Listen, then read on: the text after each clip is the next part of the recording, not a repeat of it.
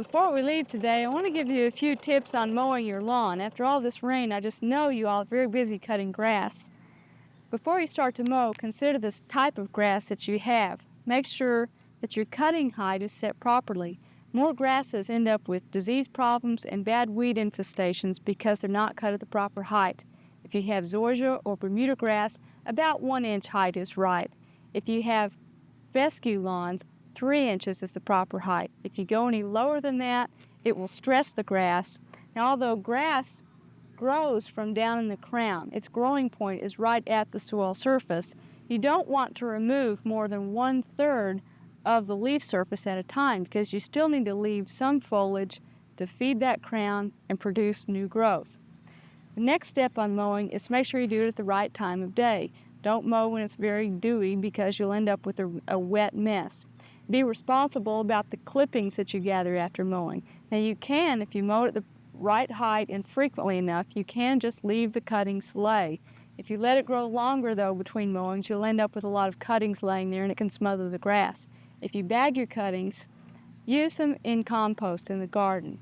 Don't sack them up and put them in the curb in plastic garbage sacks. It will just contribute to our urban waste problems. And by all means, don't dump them in stormwater. The next thing is to think about your cutting patterns.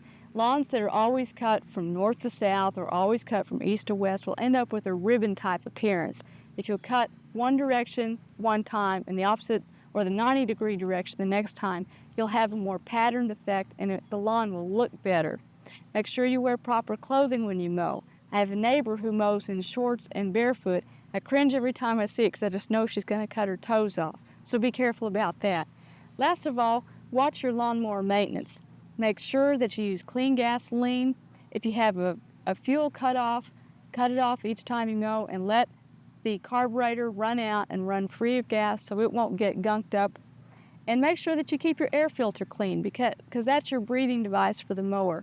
You can take it out, rinse it in a good quality detergent that will dissolve some of the grease, squeeze it out, dry it, and then recoat it with a light coating of clean oil and put it back in. It will work just great for you. Last of all, make sure that you keep the blade very sharp on your mower.